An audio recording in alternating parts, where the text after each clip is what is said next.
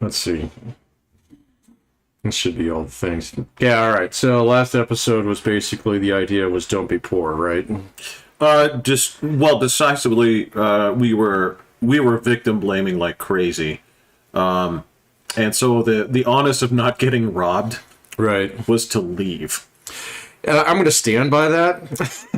I think the stats don't lie. They don't, do they? No, they don't lie. All right. So I actually went down, and so after discussing inflation last week, I did some research. All right. Just doing some basic statistical stuff. All right. Because I hadn't looked at it in a while. All right. So what do you think? Are there more people in the United States who make less than $25,000 a year, or more people who make more than $150,000 a year?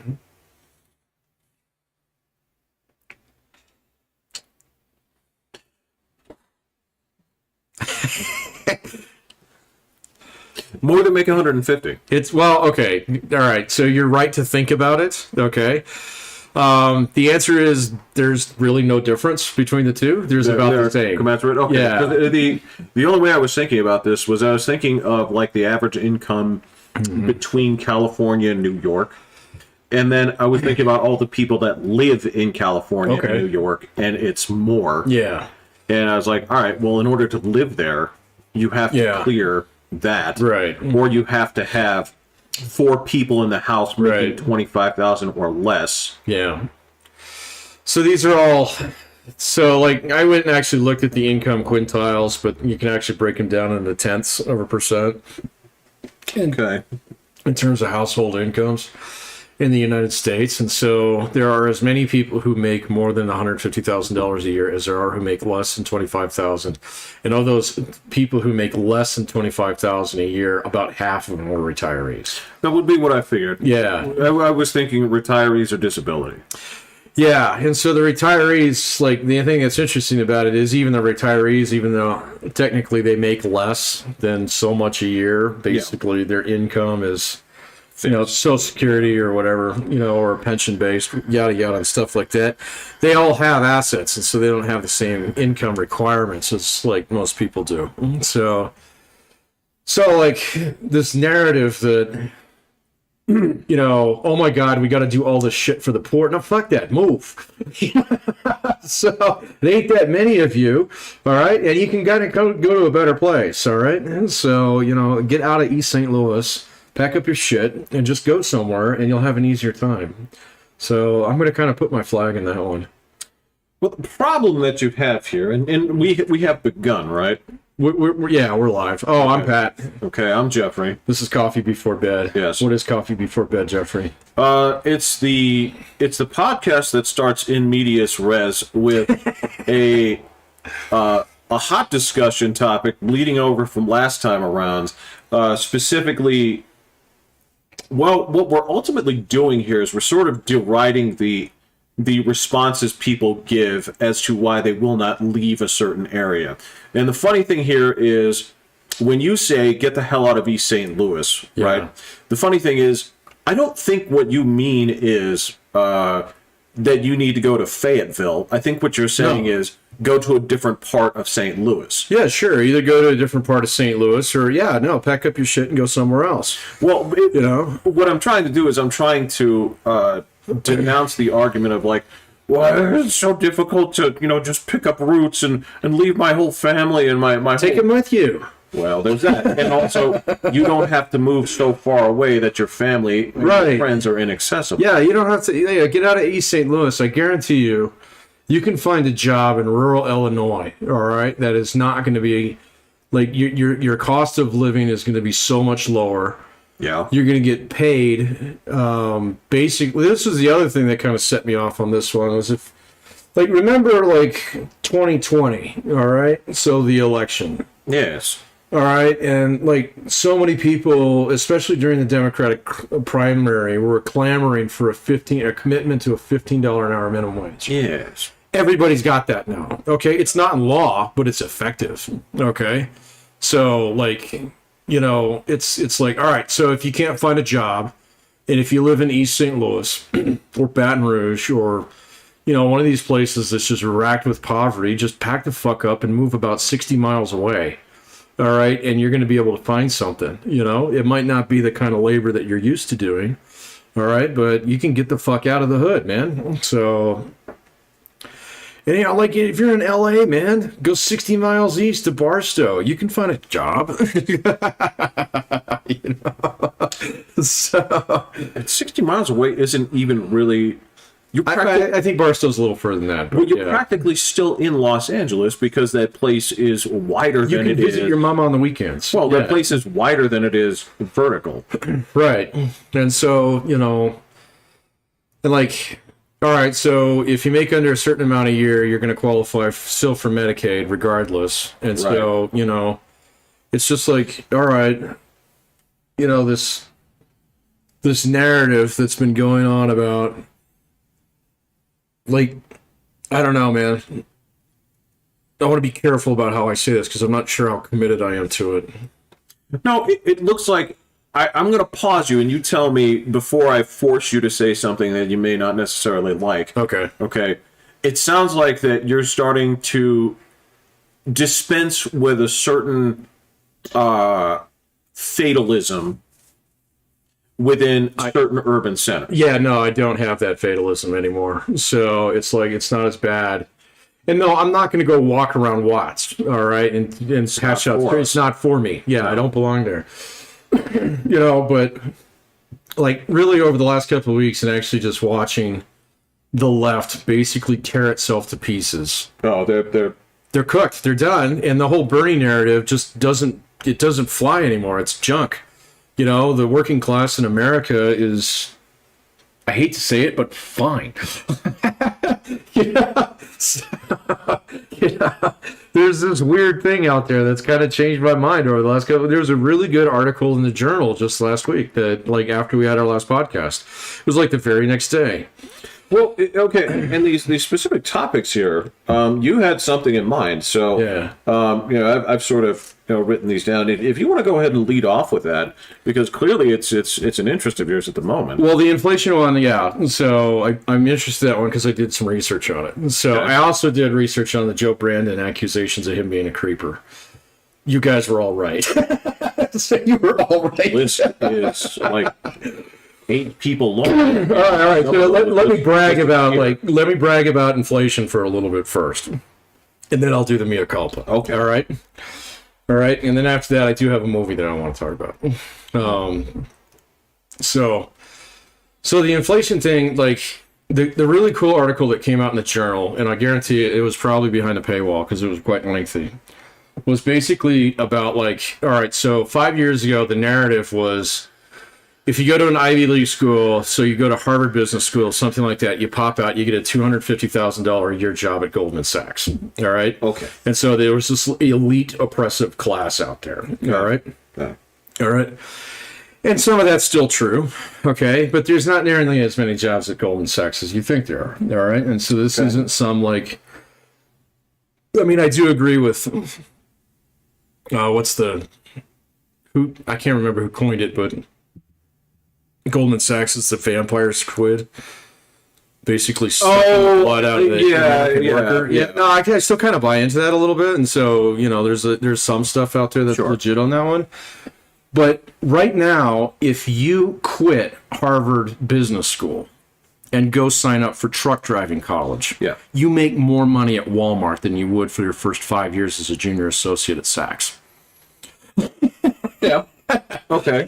That was not true 5 years ago, man. Okay. That was not true 5 years ago. Okay, and that is based on the rise of trucker pay or on the it's just pay increase of... Yeah, so if you follow the rabbit hole on this, and the article didn't quite go that way, but if you go back and look at some of the other stuff, I actually went back and looked at some of the Blythe stuff in the past, and he's got a mea culpa out there too, because he said inflation wasn't going to be a thing. He was wrong about that. So... Unfortunately, as much as we all hate to say it, Larry Summers was actually right. So if you don't know who he is, don't worry about it. He's an asshole. So, all right. Yeah, he's a Clinton-era asshole. But he was right about it. But, like, so Blythe actually went through and actually started, he's got a new piece out there. Well, actually, his last one with Mark and Carey, he kind of went over this too. All right. All right, but he's got a new piece coming out, and I think it's in the Guardian or something like that. And he kind of gave me a sketch of it the other day, and it's just like all the cheap labor just got zapped from the system. That's what COVID did. So it zapped all the cheap labor from the system. So because a whole shit ton of people who were like, oh, well, I'm going to go another year or two, said, fuck it, and bolted.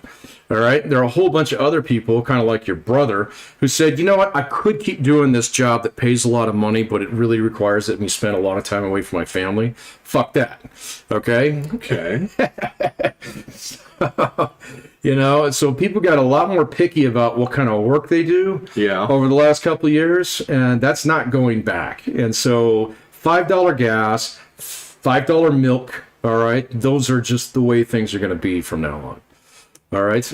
And so, I mean, the gas price probably go up to about $8 or some shit like that, but I mean, you're not going to turn around and actually get people to start taking lower wages when you have such a tight labor market. And this upcoming possible recession has one extremely different qualification than just about any recession that we've seen since the 1970s. Okay. It's got an extremely tight labor market. Right. Yeah. Right. So people ain't quitting their jobs, all right? Or the people who did quit their jobs, they're set. They don't give a shit. All right? They're retired now. Or they're kind of like you and me, where it's like, I can stitch together something through 4 or 5 other things. You want me to go work a fucking 9 to 5 again? Kiss my ass. Well, okay. So some of that tracks. I mean, so one thing that you and I are well aware of, right? These two things go together is, I'm going to talk about the elephant graph in a minute. I know all about that, yeah. Okay, but you also know the graph that goes famously like this. Yeah, the productivity one. Okay. The K graph.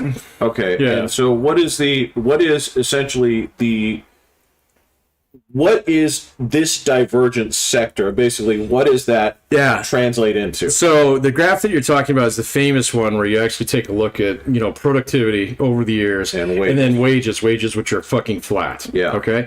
So this is an excellent graph because it shows where it kind of diverges in the 1970s. And so it has this really it really fits in this narrative of Reagan fucked everything up, and the neoliberal revolution basically jacked the entire world by giving all the power back to the capitalists and yada, yada, yada. Well, the other side of that, of course, at that point is basically the increase of globalization as well. That's a big piece of it. There's two culprits. Well, there's quite a few, but it was the whole idea that, okay, if we have a global interconnected economy, so the American worker is going to take the hit.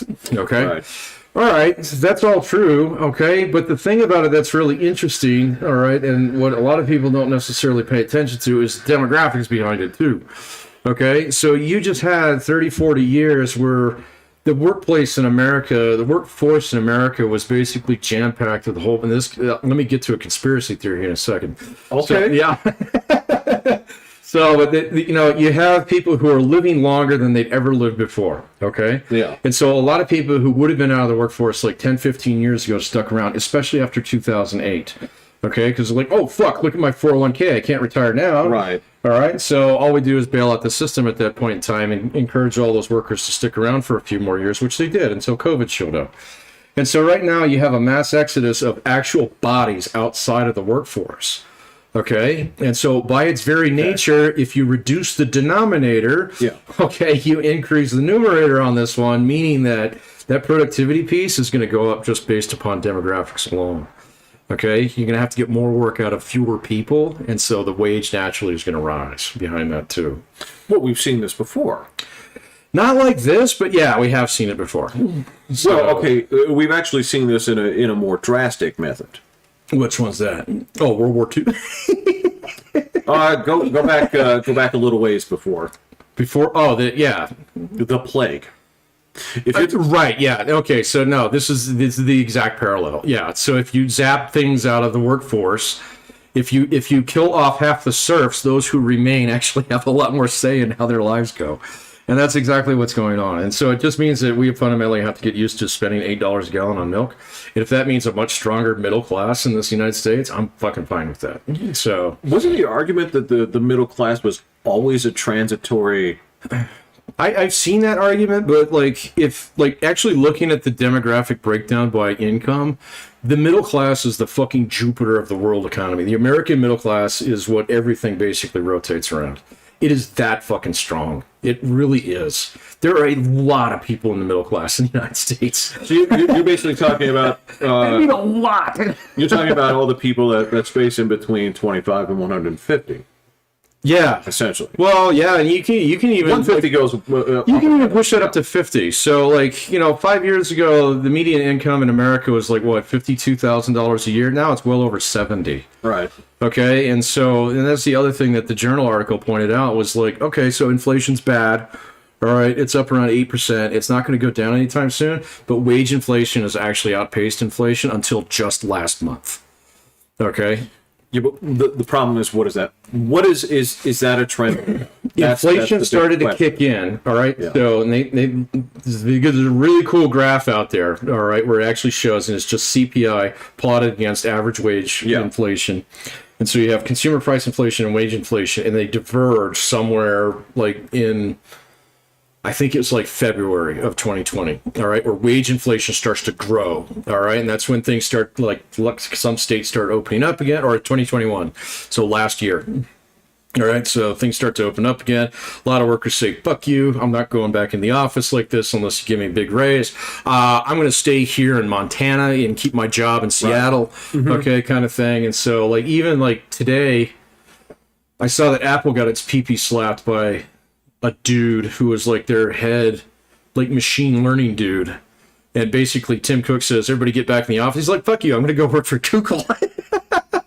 And so they all modified their policies today. All right, so, but anyway, that's the point. They put a lot of power back in the hands of workers, all right? And this didn't require unions, and it didn't require Bernie Sanders-type politics, and it didn't require, like, a clamp down on Goldman Sachs and all that shit. It's just basically economics. Okay, and so the thing is that for years, I think, like, I've been buying into this narrative that the middle class is dying in the United States, and it's not. It's fucking so powerful, all right, that everybody tries to tap into it in order to get their votes. That's my conspiracy theory. So, okay, so here's the secret on that. Sure. Okay.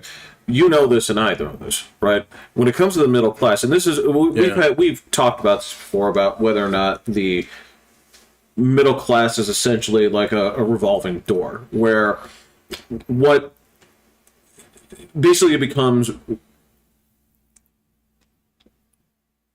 this isn't like a true service. We're not talking about electricians, right? We're talking about essentially like the classic example we used was web designers, right? Where for a while the middle class became web designers, and it was great for 10, 12 years. Yeah. And as soon as your Lithuanian Squarespace.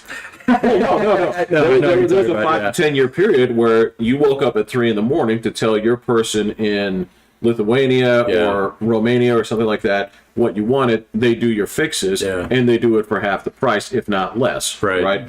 And then Squarespace and the rest of those guys came in and then just totally wiped it out. So the idea of middle class essentially being a temporary hold for what are needed right now, and then can be trained out, would be in transit. Your argument here is that the middle class is there, has been there, and the whole purpose of politics is for whoever convinces the middle class that they're poor. Yeah, or that, like, so you could take that and take it into the old school Republican kind of argument. It's like, well, if we cut your taxes, your boss will be able to pay you more. Okay, so which was never true either.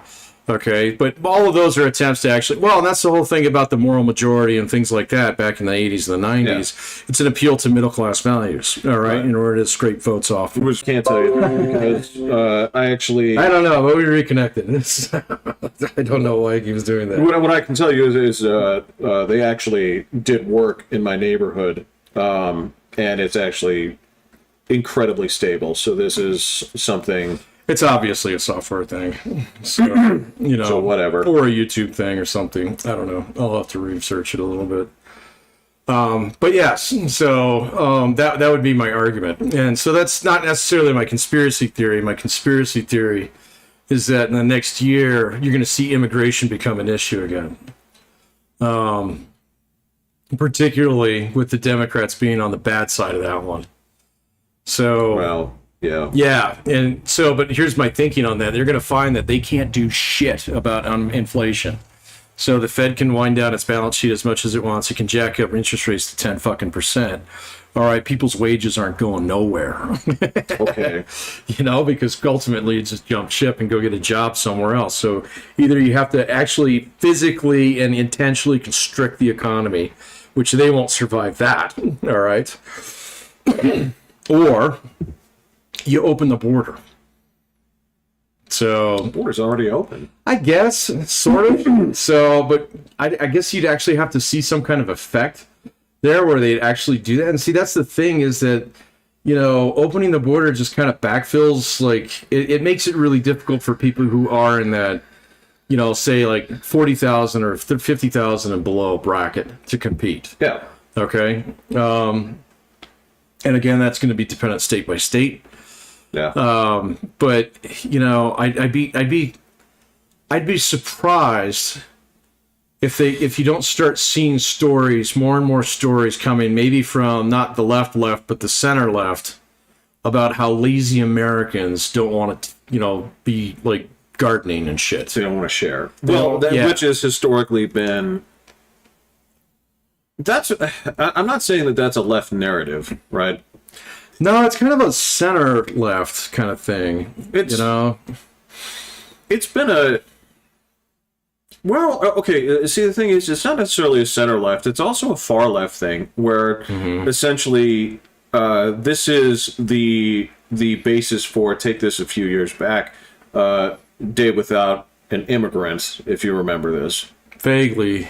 There was a thing around 2017 or so where they were happily doing this thing, a day without a woman, day without an immigrant. Yeah. Okay, so where you didn't have those people in your workplace, and so you're supposed to actually be able to like appreciate them. And the whole purpose of this was to say that these people are integral to our economy, right? Because they do things that you people refuse to do. I think you might start seeing that narrative try and come back, and it's not going to fucking work. No, it's horseshit. I know it's horseshit back then, but at the same point in time, like people aren't putting up with it. There are going to be a lot of people trying to I have a solution for inflation and blah blah blah, and people are going to get pissed off because milk's going to be $5 a gallon, gas is going to be $6 or $7 a gallon, and it's not going to get better. It's not going to get better until the next election. It's not going to get better after the next election. Okay, and fundamentally, eventually, people are just going to get fucking used to it, because like inflation's not this boogeyman that destroys like. Everybody thinks it is, and you're making that face at me right now. What you're thinking of is like Zimbabwean type like super inflation. Yeah. Okay, but understand that what happened after World War II is the country experienced a shitload of inflation, and what did it do? It grew. It erased all of our debt. Well, okay, yeah. Yeah. And so, like, I'm sitting, like, smack in the middle of class right now. I have student loan debt and I have a mortgage. Inflation makes my house worth more and my student loans worth less. I fucking love it. No. I get it, but the problem here is that your argument works with me, okay, but it basically works completely contrary to anybody that's that's not an asset holder. It hurts. That's why I went back to the statistics in the beginning. It hurts people who are in that very bottom bracket, who really need that extra $3 to pay for milk. Okay, I totally get that. All right, sure. Let's find a way to help them. I don't mind that. I don't mind paying more money so people get more food stamps or whatever. I don't give a shit. So as far as taxes go, all right, on something like that. The other people that it hurts is people on the very top end, people who hold nothing but capital because it makes their capital worth less. So you're going to see them squeal like bloody fucking stuck sheep. You know, Oh yeah, no, they're having it right now. But really, when it comes down to it, all right, when people who are in the middle class, people who are homeowners, or people who are even just getting started out in their careers, and all of a sudden they're getting handed a paycheck that their dad couldn't fucking dream of in his wildest dreams, yeah. they'll be okay. They'll be okay. No, Patrick. Okay, yeah, I get you. The argument here, okay, isn't whether or not that they're actually going to be okay. It's about whether they perceive themselves as okay. Yeah, and they might not do that in the beginning. You know, and that. But I mean, like, ultimately, what are they going to do about it? I mean, they're not going to, like. Yeah, I mean, you probably see them, like, push the Republicans back into power. Okay, great. Whatever. All right? Yeah. They're not going to really change anything. You know, are the Republicans going to go back in and raise taxes? No. So, are they gonna encourage the Fed to take an extremely hawkish policy stance on inflation? No. So yeah, they could. Look, I'm not arguing for or against any of these policies here. It would. Let me say this. Okay, so as par with our discussion with the spirited lawyer, right? Mm-hmm. I don't believe quite as firmly the full effects of basically the pumping of money into the system. Obviously, you cannot do that without repercussions. And, sure. And I concede that point. Yeah. I still hold to the principle of if there were that much money that were injected into the system, that should be resulting in payoffs for people that had extra money. Essentially, that's like, you give people free license to spend money, mm-hmm. right? That should have been windfalls like crazy for business right now, and we shouldn't be seeing the stocks cratering the way that we are. Well, stocks are cratering. There's a couple different narratives about it. I don't know exactly which one to buy into. But, like, one of them is, like, all right, stability in asset classes, particularly with individuals who are trying to chase margin. So they're chasing alpha on these things. Yeah. That's really hard to do in a destabilized environment, okay? And so, like, a lot of people will jump ship, and you don't know if that's, like, a signal that it's going to go down further. Do I hang on to it and stuff? And so, yeah, exactly. There's, like, all kinds of shit that's going on. So, you know, go back to, like, the Warren Buffett rule, and he just did this yesterday. On this one, says in inflationary times, go buy companies that do shit, okay? So that actually manufacture good things and actually have a good position in the marketplace. And so those are the stocks that you invest in. I mean, all these other stocks, and especially cryptocurrencies, which basically represent nothing on a certain level. You know, it's a service. It is. I mean, if I have to categorize it, it's a service that manifests itself as a good. I put it as actually a capital asset class. Weird. So it's basically money. So it is, you know, but it's a different store of value. It is. It's very weird. It's almost like this is almost plasma. This is almost a different. It's almost like plasma. Yeah. No, I agree. Yeah, because I can tell you that it is literally doing work. It is. But it's also it also manifests itself in the form of an asset. Right, and you know, as a service, it's fantastic at laundering money. So, it's also that. It is also that. So I don't really know where that one necessarily fits, but like, here's the deal: it's like most people who invest in the market, all right, and who heavily invest in the market are a tiny proportion of the United States population.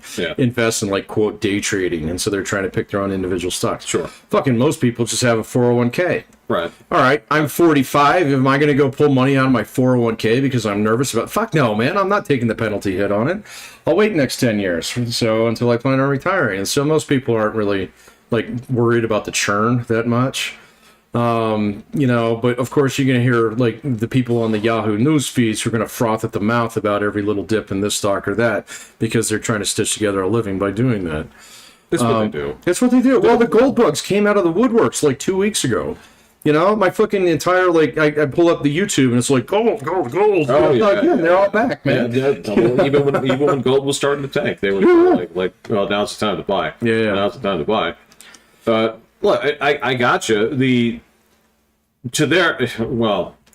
them, let me just put it this way: those guys see doomsday scenarios, whether times are good, whether they're bad. They make money off doomsday. That's all they do. That's all they do. They're Well, crypto guys aren't that much better. I mean, especially like some of them, like the true Bitcoin believers out there who believe in the collapse of all government and financial systems across the face of the planet,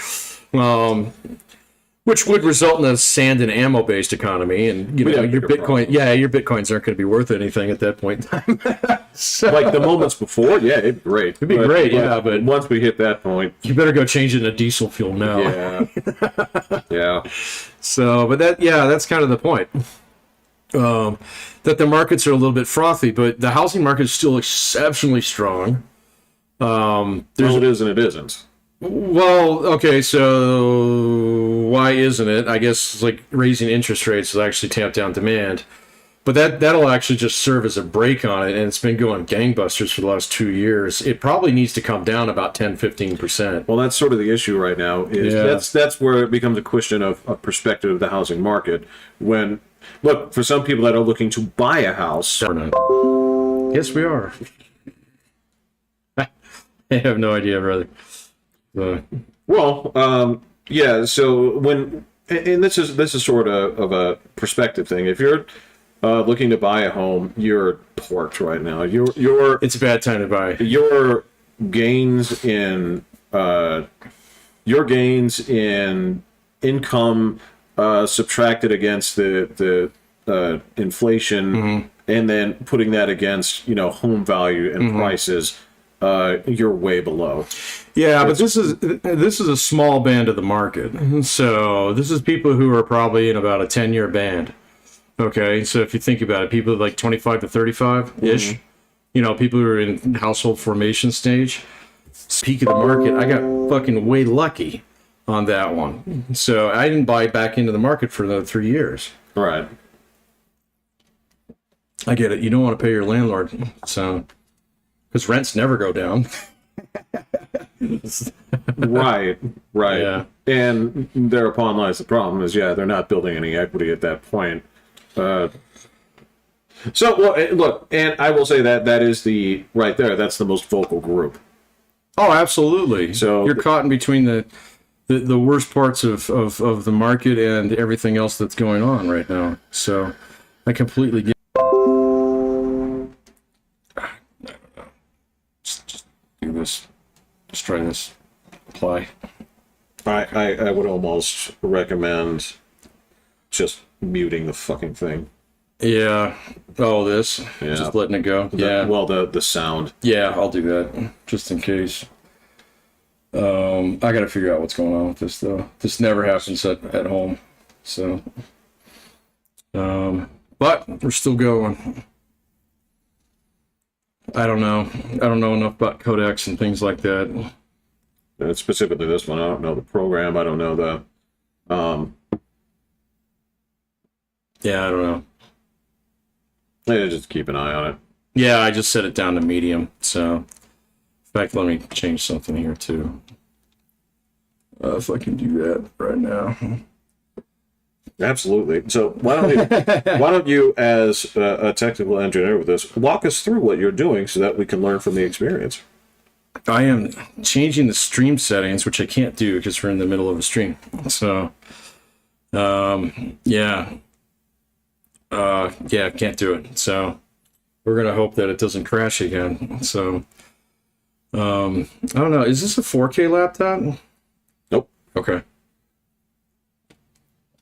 Didn't think so, but you're not going to find many of those. I'd say performance on 4K laptops is you're not going to get what you want. Oh, probably not. You can watch movies, but in terms of performance, dude, you can watch movies just fine on 1080p though. They look great. Well, you can. So. Well, you can watch 4K movies too. Don't get me wrong. Yeah. That's cool and all. I've done plenty of that, but if you're trying to run like games at 4K, the performance hit is rough. Yeah. Nobody's really solved that one yet. No. The ultimately right now the issue is they're trying to solve whether this is something that you solve with just raw horsepower, which hasn't worked. Right. So what they're trying to do is they're trying to find software solutions. Like, if you have to deliver essentially 4 times the output, right, graphical fidelity, right? So I learned this a little bit ago. Where does the real cost when it comes to resources come when you're playing a game? Oh, I don't know. Okay. I didn't think about it this way, but this is how this was put out to me, right?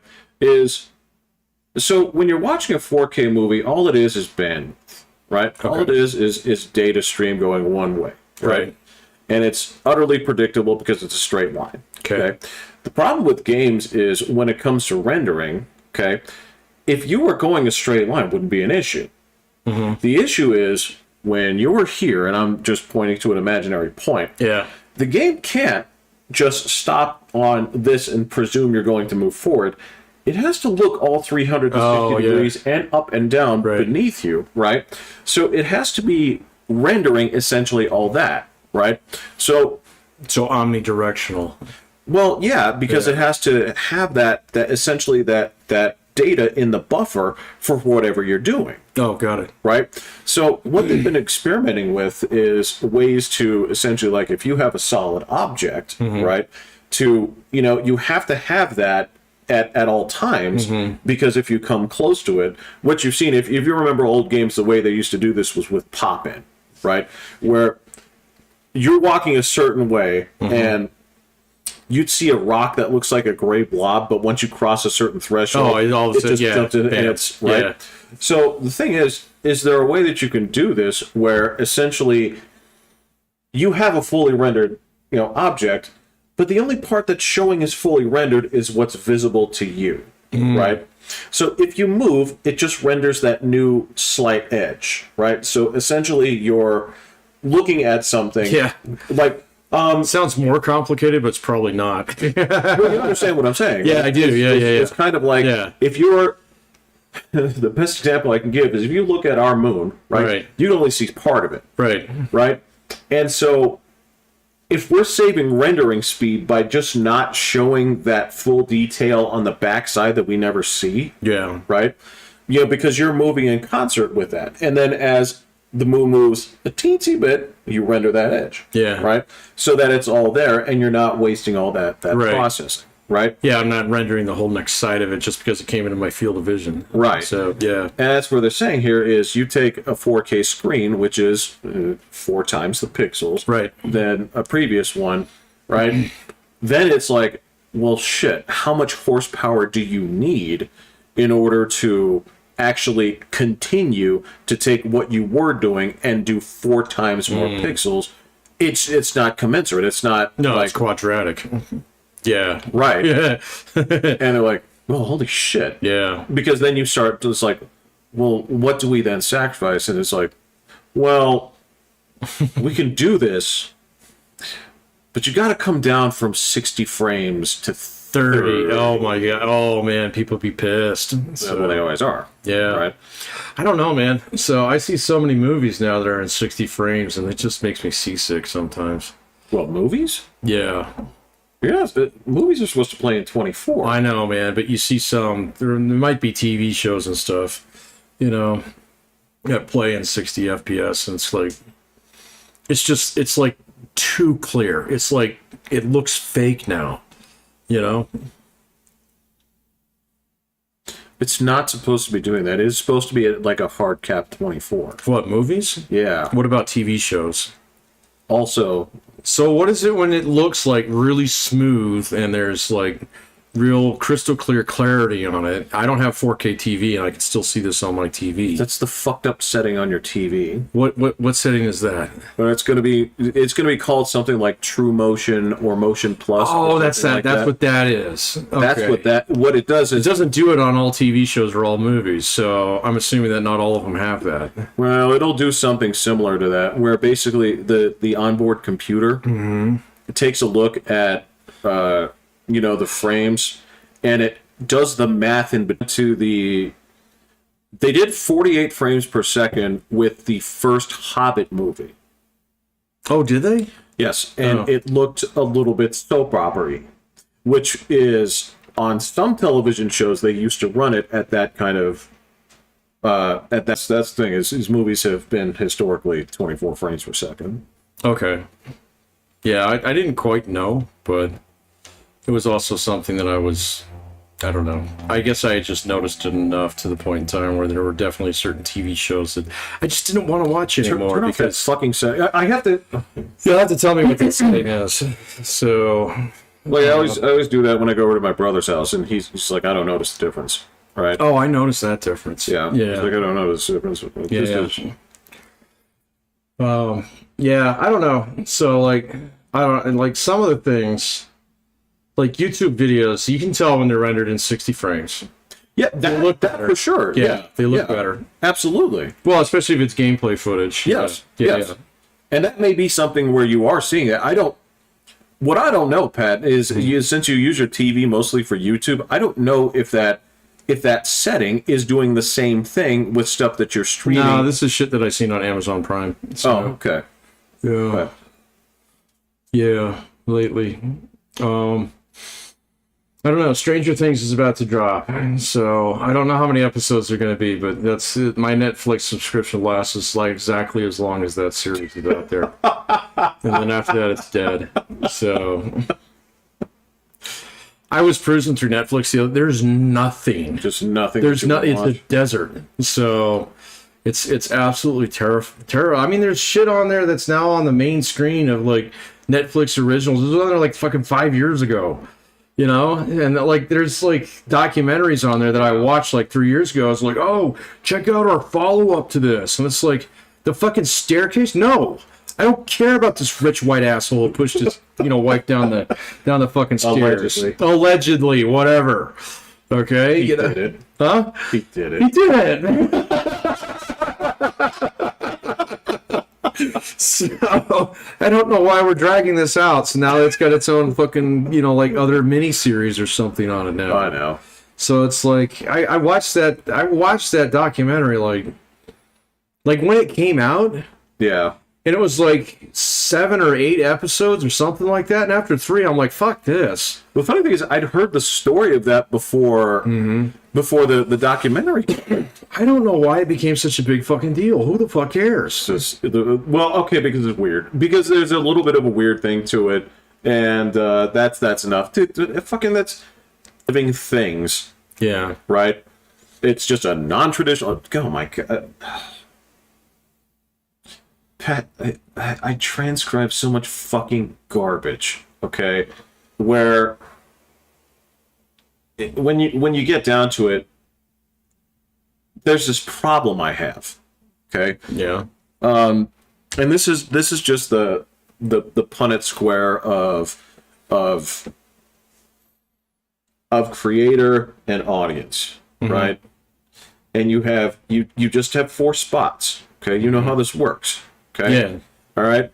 So it is smart, stupid, and the 4 and the 4, the 2 differentiators in between. So you have smart people writing for a stupid audience. Okay. Right. You have stupid people writing for a stupid audience. Okay. Stupid people writing for a smart audience. Correct. That's where your big That's bang where, theory goes. yeah. Because they're like, well, let me put it this way. When your writing style is the reference is the joke, Right. that's stupid people writing for a smart audience. Yeah. Okay. Yeah. And then you have smart, which is rare because it's tough to do, right? It's tough to do without insulting the audience, okay? And I'm going to say, Or losing them. Yeah. look, Yeah. right? So first and foremost, you're not being prompted without being prompted, okay? And then you have, I've transcribed a lot of stupid, and what is that? Stupid is the entirety of this show is based off of showing people that should be in a higher social class than you doing things worse than you do, so you can be in judgment of a person that seems to be in a higher social class. Right. Right? That is the entirety of Stupid. Yeah, exactly. Okay? Yeah. And I can point to you any number of housewives of whatever fucking part of the country is just like, oh, well, I'm better than, fucking... That's a Kardashian empire, right there. It is. Yeah. Yeah. It's a huge market. Yeah. Well, yeah. So, I don't know. I generally think that most people aren't stupid. No. But there is a big chunk of very stupid people who band together and watch stupid TV. Yeah. It's not about being stupid necessarily. Right. It's about what you want from your media. Right. Yeah, I want brain off TV. Yeah, there we go. I got it. There are some stupid... I have my own stupid moments on TV. So, or at least in terms of television consumption. So 100%. Yeah. And again, I'm not... The problem here is when I say this comes across as very accusatory toward any person who's like, hey, but I like this. You're absolutely welcome to like it. There should be things in there that are available for all groups, right? And even the things where, like, I can point to this and say, all right, so Smart Stupid, you're going to be sitting there looking at something like Beavis and Butthead, where it's like, it takes... you can't be dumb and write that show, right? Because then it's not interesting. You have to be smart enough to recognize that the characters are dumb. Yeah. And the humor comes from the reactions of people around them. Right. Right? You're not supposed to make the dumb characters like the heroes. They are, in a certain way. Right. But the rest of the world has to know they're stupid. Right. That's difficult to do. Right? Yeah. So that's sort of, again, and if you look at it and say, well, I just don't like this. This is not for great. Right. Totally understand.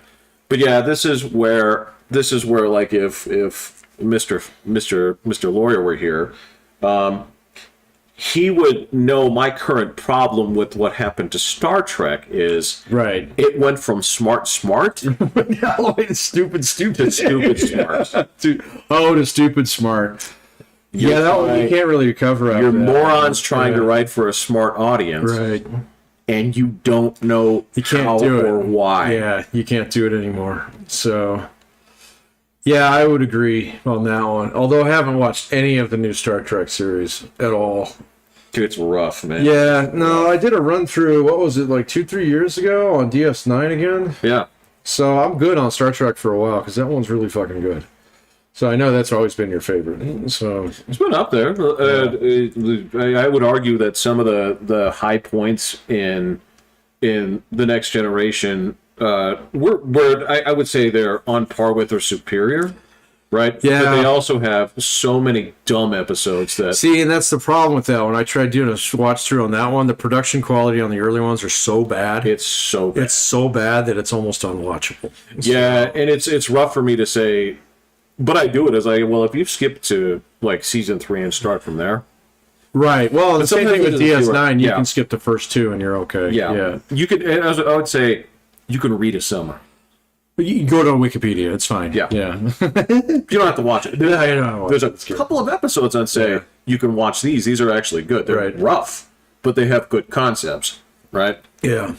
But some of it is just like, you have not found your voice. You have not decided whether you're going to be fucking maudlin or whether you're going to like jump up and down on the social commentary button or whether you're going to take it smooth. Right. Yeah. And when they get to the 2024 episodes about the people in the camps, and you're like, why are they? Don't know.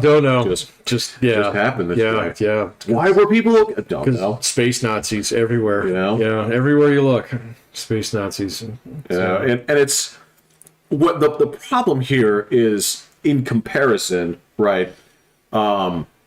That's the difference between that being super hammy at the time. The way that they would do this now is to say, what happened? They'd say 2016. Yeah. So 2016, January 6th. Go right for it, man. Absolutely, they would. And they they would go so far. I mean, it's like you wouldn't believe this shape-shifting menace infiltrated our government.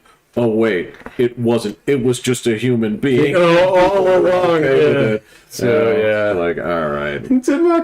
That's where we don't hit you over the head with that shit. Yeah. So, so you just kind of leave it out in the open. It's like, are we going to talk about that? No, you just can see it from where you are. Yeah. You got it. All right. So speaking of smart. Oh, what did you? I watched Train to Busan. It was excellent. Really? Okay. Yeah. Let's see. That one punches you in the feels. I don't like the ending. Well, I wanted the dude to live. which dude? The guy who jumps off the train at the end. The girl's dad. The dad. Yeah, I wanted the dad to live. Okay, so It was just like, it was really hard because earlier it was like, oh, you're going to fucking die because the guy says dad's never get any credit. And I was like, oh, yep, you're dead, man. And he was. all right, so there's a couple things with that movie that I understand from a narrative point, okay? But the part of my gut that I'm watching this, I'm like, no, I don't want this to work out this way. I get why you're doing it, right? And you're sort of telegraphing it. And I would argue that... What, the dad dying? It's not just him, okay? Listen, one of the things that I love about this movie, and this is something that you talked about a long time ago, like where you said, is it okay for just to have us to actually have just some heroes in movies? Yeah. Right? And what happens is in Train to Busan, there's this level 10th degree Giga Chad who... And I know you know who I'm talking I know about. exactly who you're talking about. The guy who's got the shitty cell phone ring. Yeah.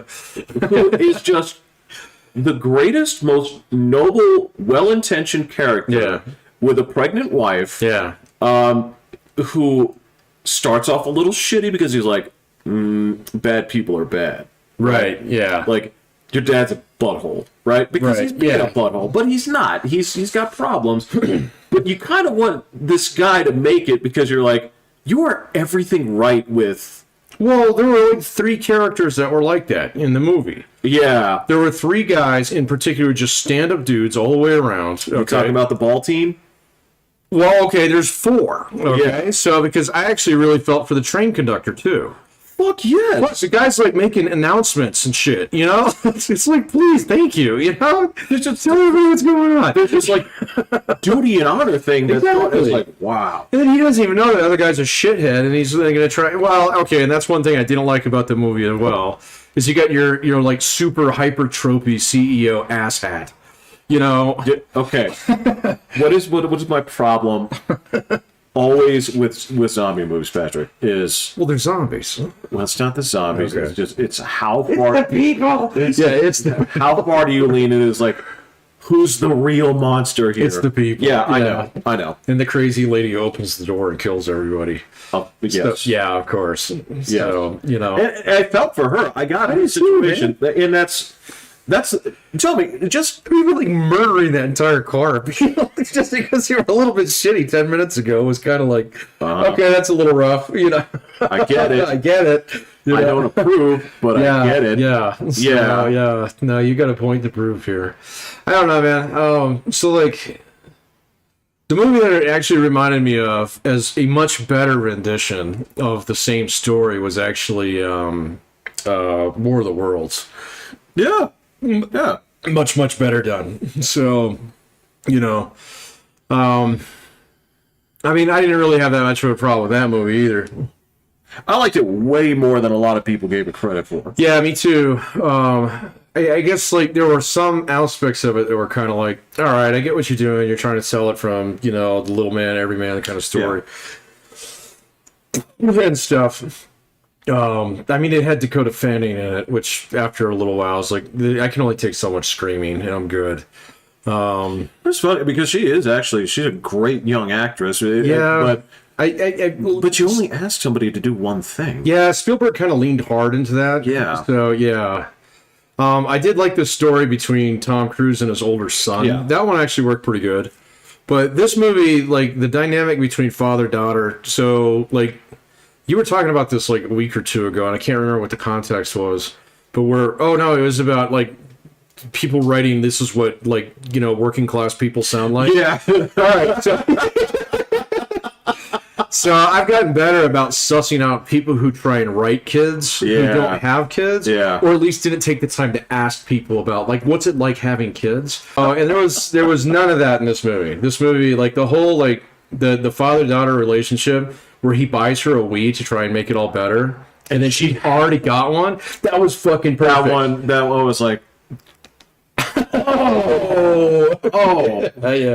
yeah. So, but then, I mean, like, he actually agrees to go with her. He's like, okay, I can make this happen, kind of thing. And it's like, okay, so we've got a stand-up dude here. The dude with the pregnant wife, like, almost right off the bat, I liked him. He's amazing. Yeah, the baseball team was great. So, be your cue to stay on the fucking train. and this is, okay. To be fair. Well, I do. Like, well, let's ask the guy if we should get off the train. So the guy with the fucking radio, yeah. Well, you all got cell phones, and for some reason, the cell phone coverage is really good now because most people aren't on the network. Yes, this is the thing that we've talked about before. Is when you have to write out certain things because it would solve too many problems. Right. Is to me a lot of the like cell phone contrivances. They wrote that off as basically this happened to the other person on the end, right? Right, yeah. It went dead. Yeah. Not that Freddy Krueger is cutting the cell phone towers or whatever. Right. Yeah. It's like Freddy Krueger doesn't know what these are. Yeah. Just the person on the other end is now biting people. Yeah. And it's there are a couple things that it does exceptionally well, right? Number one is it gives you way more exposition per minute without actually telling you things. That you get a sense of people's relationships via their actions, right? Again, when it comes down to Homeboy and his pregnant wife, who immediately becomes my favorite character. Yeah. And I think the moment when he tapes up his mitts and he tapes up his arms and it's like, we got to do this. I'm like, dude, you are just shooting through, like, you are shooting to my list of favorite characters on a bullet. And I understand, of course, that the whole thing is they're trying to make the main character, the dad, go through a certain arc. It's a certain arc of inevitability that you're like, can you just beat this? Yeah, right? can you just please leave this guy? Yeah, I need one of these guys to make it through it. Yeah. It's like, so, especially after the guy lets his girlfriend bite him. I was like, fucking A, don't kill off the last dude. Please do not do that. I know. And then, of course, they went right for it. Yeah. And he got bit by the asshole of all people. Of course. It was like, all right, can we not stitch together a completely predictable movie at this point in time? And please, just let him win. Give his daughter the victory. Come on. Yeah. Because there's still the arc is still complete if he's still gone through this. Walked his daughter through this situation, kind of proved where he stands on this, and learned from the experience. Like, all right, you can do this. Like, don't. Right, and then he just gets bit in the hand, and you're like, fucking A. Well, I'm going to have to go through 10 more minutes of this movie now. At least they don't shoot him in the end. That would have been like a fucking, that would be a fucking, bullshit. Like, this is the road. This is the road. The worst movie ever. Well, the thing I do like about the end, and this is something that I do actually appreciate, is the implication here that they get the situation under control. Right, yeah. And I love that about, certain things like zombie movies where they say, all right, you and I have talked about the futility of dinosaurs and zombies in an era where the Mark 19 exists. Right, yeah. Right? But the way that they do this where, okay, if something like this happens in a highly populated area, you're going to have a shit show for 6 hours. Yeah. Right? And that's what they show. Yeah. Okay, that's specifically why they put it on a train, because you can't leave. Yeah. It's in transit. Yeah. I was like, but at the end, like, they're making that call. Like, do you blow this person away, or do you... Yeah. And when they say, it's like, no, get over here. No, right? they're actual people, yeah. And I was like, all right. So if you're talking about not liking the end, and you're talking about how Pops has got to go... I'm with you on this 100%. Like, come on, man.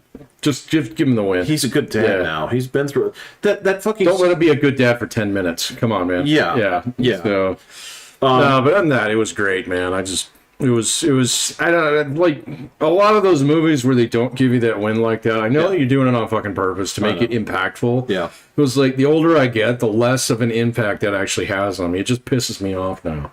You know, it's the goose thing all over again. Yeah. Give me goose back. Yes. You know, I don't know. I want to see him fighting, indiscriminate or like indeterminate communists with Maverick. It's weird. I kind of flip flop. There's a couple of movies where I flip flop now, and I don't know if it's right or wrong. I'm 50% on whether Goose really had to go. If that's what really trips up Maverick's state where he has to get over that. Yeah. The other thing is I'm still half in the bag about the ending of Forrest Gump. Oh, with Janae? Yeah, I'm still half. She didn't have to die of AIDS, man. Come on, dude.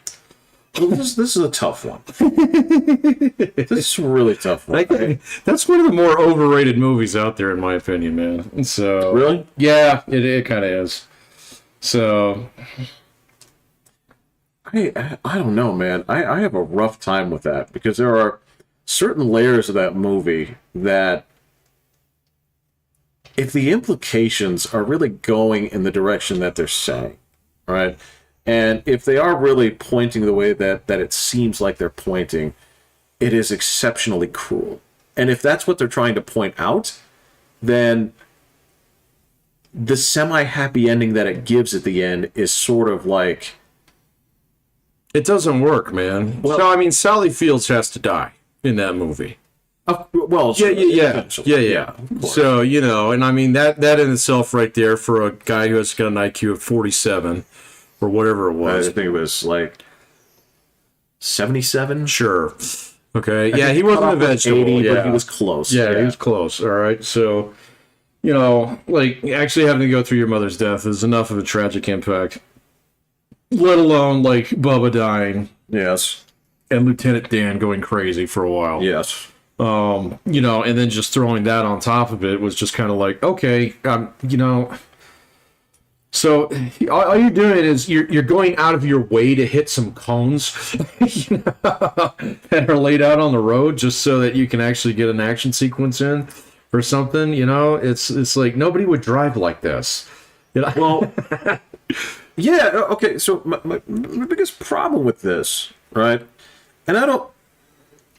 Let me say this. I always find Forrest Gump an enjoyable watch. It's fun, yeah. I'm going to say this. I always find it an enjoyable watch. And a lot of it has to do with the fact that from the smallest practical extra to everybody in the film gives a performance that is remarkably memorable.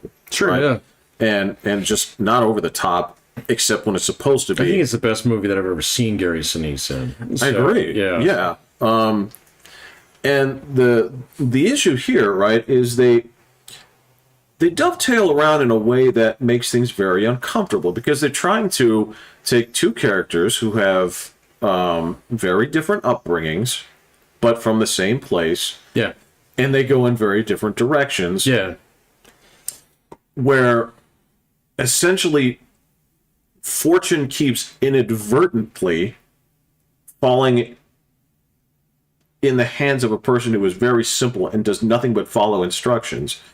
And a person who actually investigates life suffers severe consequences. Right. And the problem with that is then, if that were the idea and you were trying to reinforce that, okay, the big problem is that you then take that causality point and they make it clear that Jenny's father was very abusive in many ways to her, starting her on that path. Yeah, sure. Case in point, which she comes back to, she's throwing rocks at the house. Yeah, right? yeah. So the way that it tries to present her viewpoint or lifestyle as inappropriate or incorrect via elements that were out of her control then becomes deeply troubling because it's like, well, why should this happen to her? You know, when these elements have been clearly like documented out of her control, right? Yeah. So you feel it. Ultimately, they try to present it as one way, but you're supposed to be sympathetic, and in the end, they're like, "God damn it, man!" That's where it is a little bit ambiguous whether or not they're trying to reinforce this through line. It's like, well, Gump does well because he followed instructions, right? Yeah, I don't think that's necessarily the case. I think there's like a piece of like, well, obviously he represents innocence in a lot of ways, and so that's the piece that you say, like, no matter what, never lose that, so to speak, regardless of what kind of shit you go through. But in his case, it wasn't a choice. No, it wasn't a choice. So I don't really understand, like, I don't think that in that one they do intentionally leave it somewhat ambiguous. But I think, like, just the way the movie actually plays out and the way that, audiences responded to it, there's definitely a piece of it that there is an element of, like, having faith, all right, ultimately is the thing that you should do, all right? And, rather than being cynical about everything. Well, and Lieutenant Dan actually represents kind of like the arc on that one. He does. So if you look at it, where he turns out just fine in the end, but there's that scene where he gets off the boat and you're like convinced he's going to fucking commit suicide, Or something. Yeah, or something. And he's just like, okay, I'm just going to backstroke, and you're like, motherfucker. Well, this is one of the reasons why I say so it's effective. I mean, and I will say this: there's one other middle finger that the movie gives us. Yeah. Right. Keeping in mind the actual framework of the narrative, right? What is it bookended by, Patrick? What do you remember? Oh, I don't remember. The first one? What's the first thing you see?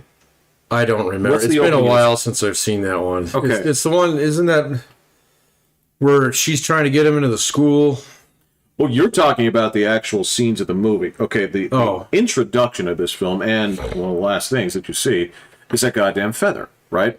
And I don't remember that. The movie's introduced by a floating feather of the winds that eventually lands at his feet, and he puts into the Curious George book that he's ultimately going to give to his boy. Right. And that's the frame of the story. He's waiting at the bus stop, and he tells us where they're saying, like, this is chance, right? Sure. And that's just another, like I said, that's another middle finger that the movie gives you. Again, it doesn't.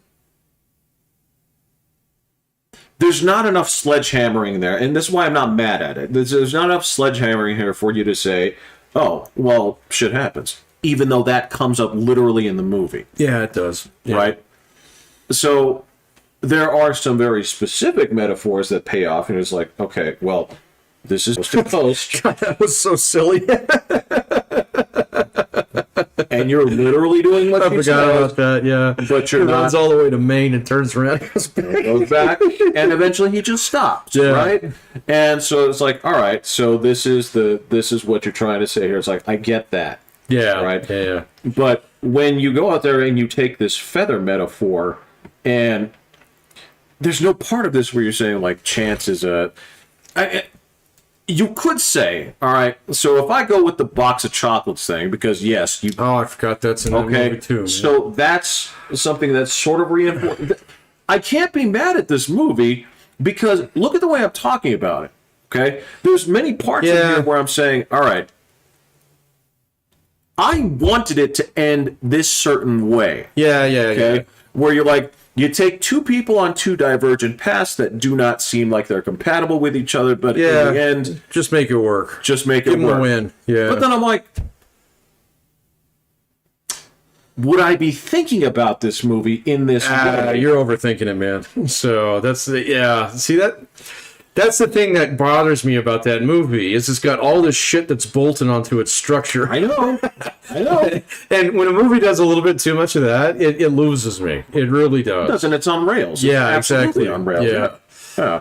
I don't know, man. So, but like, I mean, I remember that movie, like, walking away saying, like, God dang it, I wish he hadn't died, kind of thing. All right? Right. There's a few movies out there that have done that to me. It was like, man, that was bullshit. Train to Busan was one of them. All right?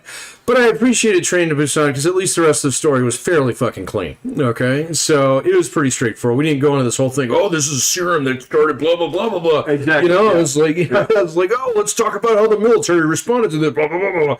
You just kind of go straight and clean all the way through. Unlike fucking War of the Worlds, you don't have this weird scene with Tim Robbins that makes no sense. All right, it doesn't fit into the movie. Yeah, Exactly. Yeah. It's just like, okay, we're just gonna get Tim Robbins in this, have quite a bit of that. So, it does. I mean, I wouldn't say it's inelegant, but it's definitely cumbersome. So it's like, did he really have to invest in Apple? there's a part of this where so I got more money than God. I mean, I do.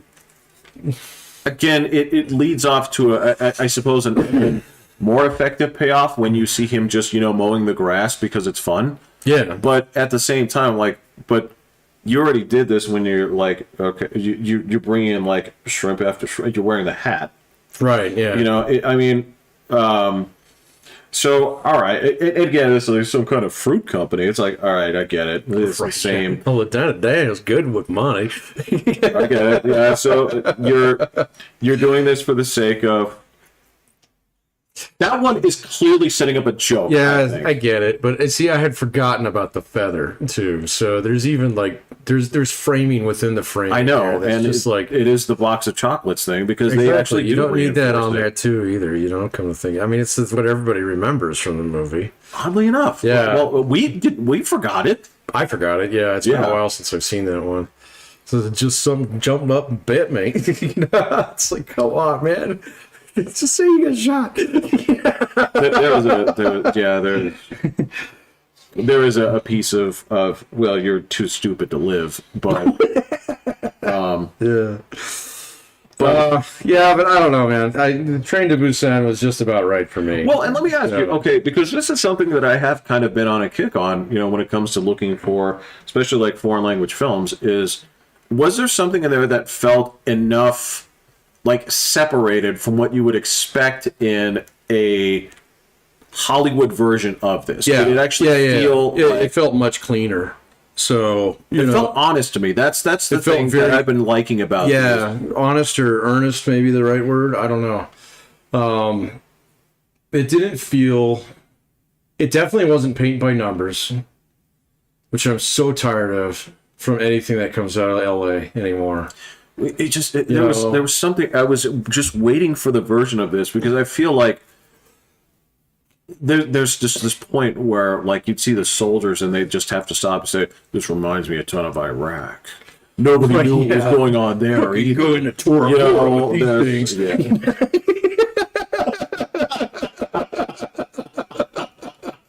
You turn Al Qaeda into zombies.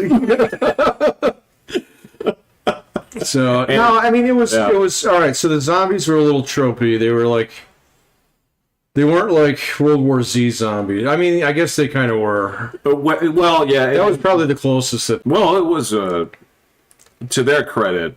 Those zombies actually look fantastic. The zombies look great, man. But the whole thing about like the zombies aren't really the problem. The people were the problem. They haven't been the problem since the first 25 minutes of the first episode. Right, yeah. As soon as he picked up his piece, he's like, all right, the zombies aren't really a problem. It's just a matter of who they're going to end. So eventually they get his wife, and it's like, okay, fine. Yeah. So you're going to punch this zombie till you get your wedding ring back. Got it. Yeah. So gross, man. So, I know. And how do you do that and not get infected? Never mind. There's that. Well, because the whole thing is that you either get bitten and then it turns you immediately, or you turn after you die, right? I don't know, man.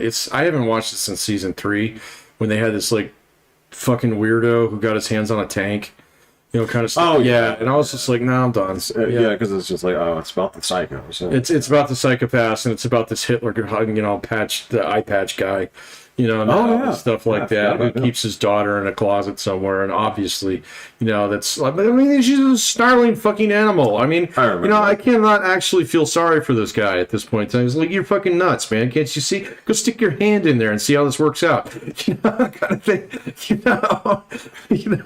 Okay, so again, you walked into Stupid Smart is right. You're taking something where I swear to God, it's like that guy. I want to look at the screen and say, "But do the ends justify the means?" Yeah, right. Yeah. So just ask that. Dun dun dun. That's a good point, man. I hadn't thought about that. Yeah. No shit. Let's all sit down and talk about that a little bit. Yeah. So I wonder what Chris Hardwick thinks about this. I know. Yeah. Exactly. I hope he talks about this for an hour afterward. Right. Yeah. Exactly. So I'm looking forward to that. Let me clear off my calendar.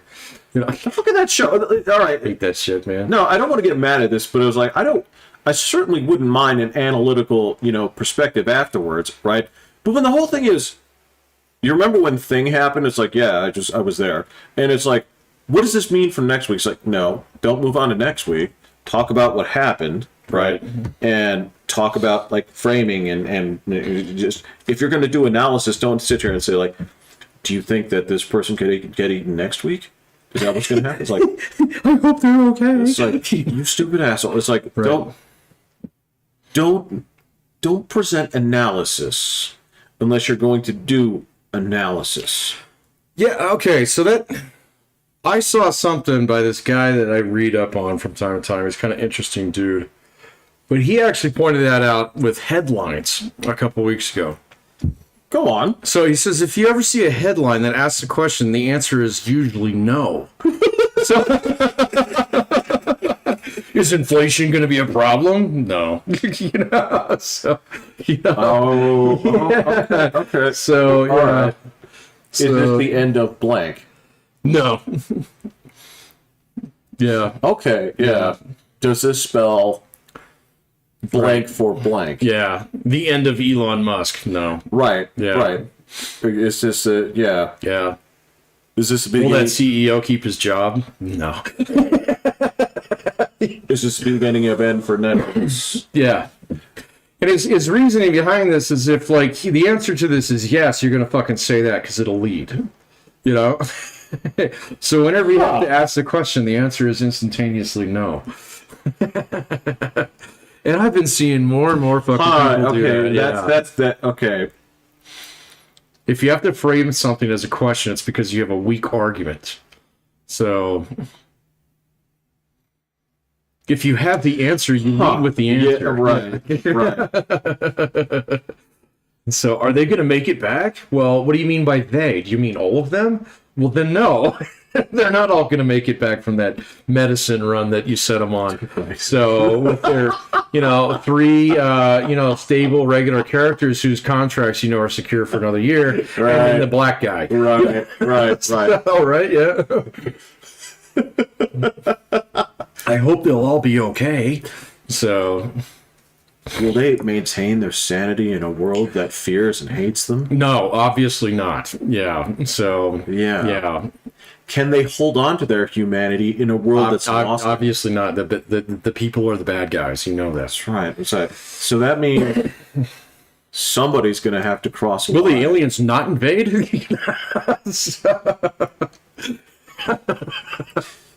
Right. Do they come in peace?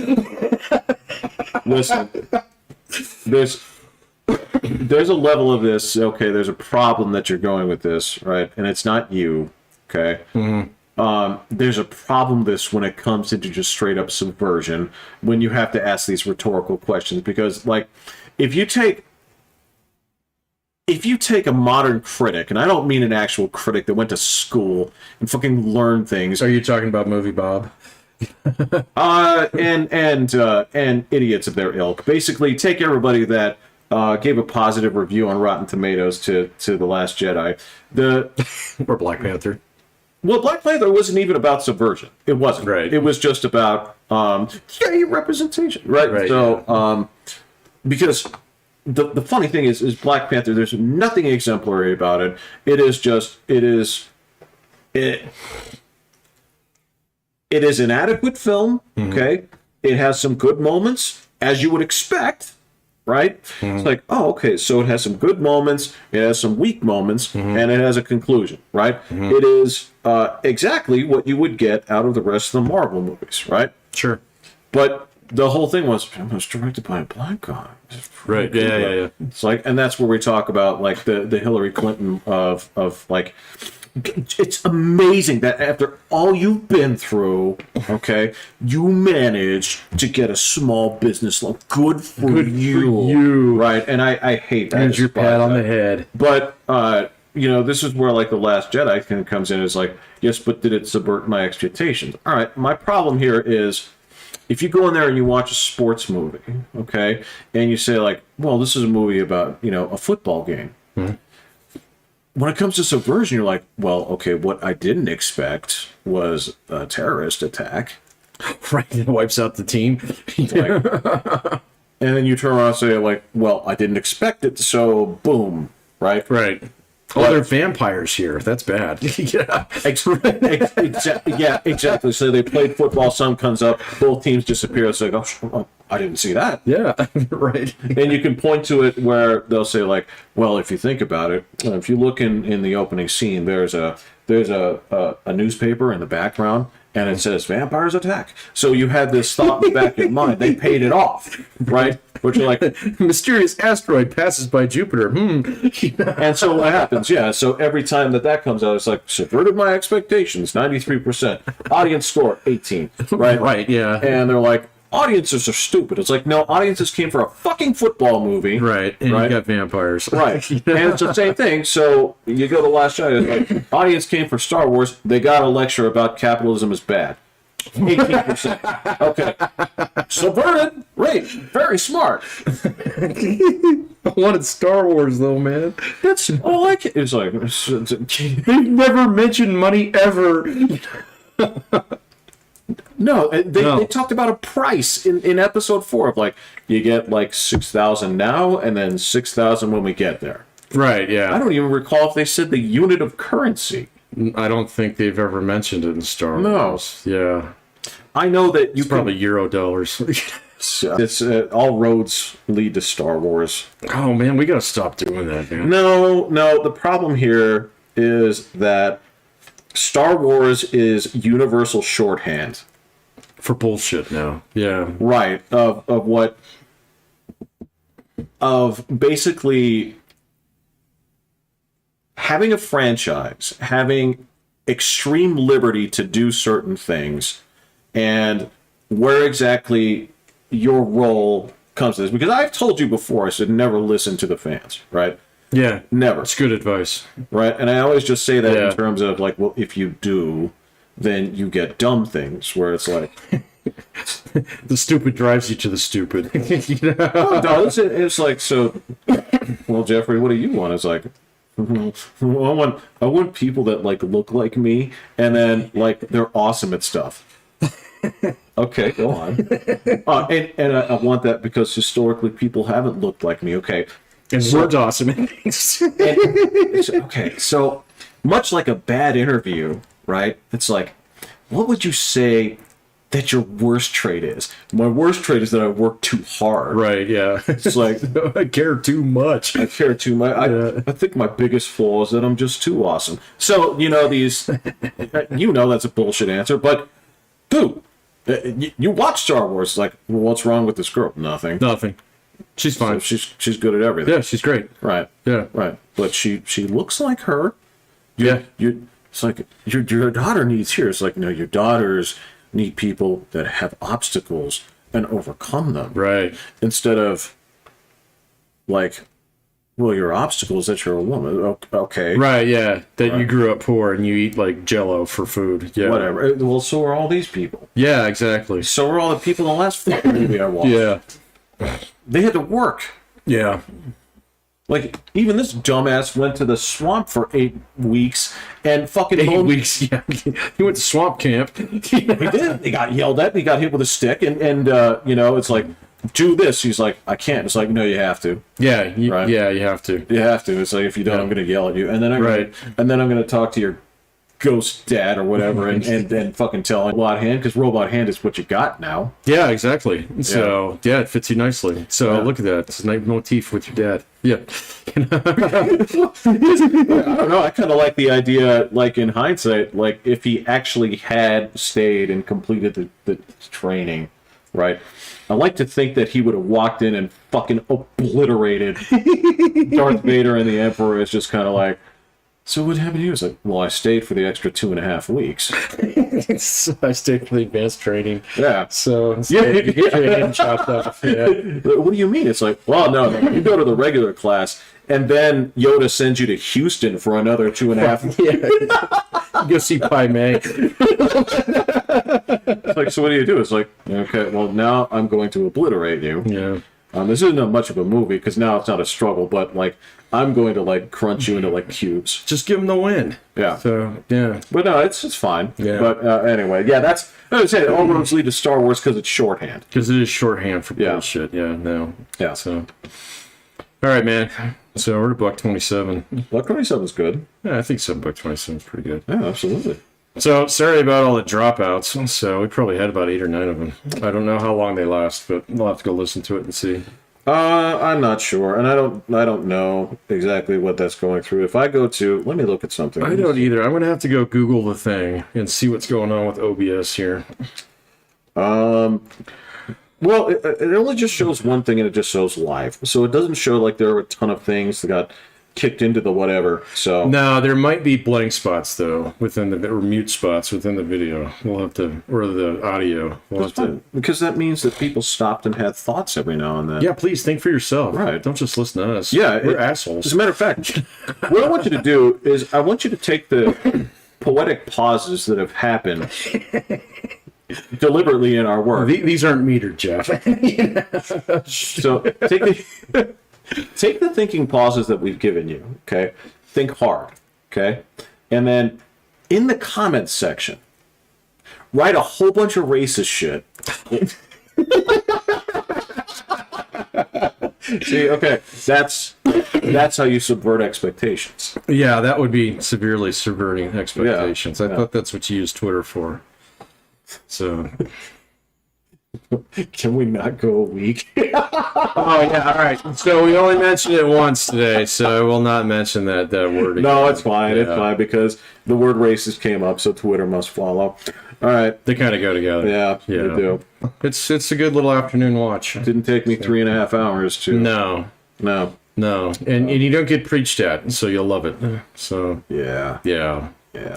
Unlike this podcast. Do we preach? Do we preach?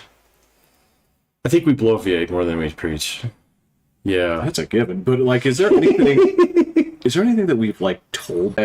Patrick, you've never said that life begins and ends with your understanding of Das Kapital, right? No. I don't think I'd ever even recommend somebody to go read Karl Marx. So, I mean, you do it if your professor makes you. If you're curious in it, just go to his Wikipedia page. It's better. And more up to date. If I recall correctly, you have to pay to visit his grave. Oh, in London? Yeah. Really? That's what I've heard. Oh, I haven't heard that. Which in that case is actually funny. It is kind of funny. I've heard that like people do like a communist pilgrimage to it every year. So, I mean, this is a world where like Disneyland exists. Do something else. Yeah, go to Disneyland. Go climb. Go touch grass. Not his. Yeah, all right. All right, I'm Pat. I'm Jeffrey.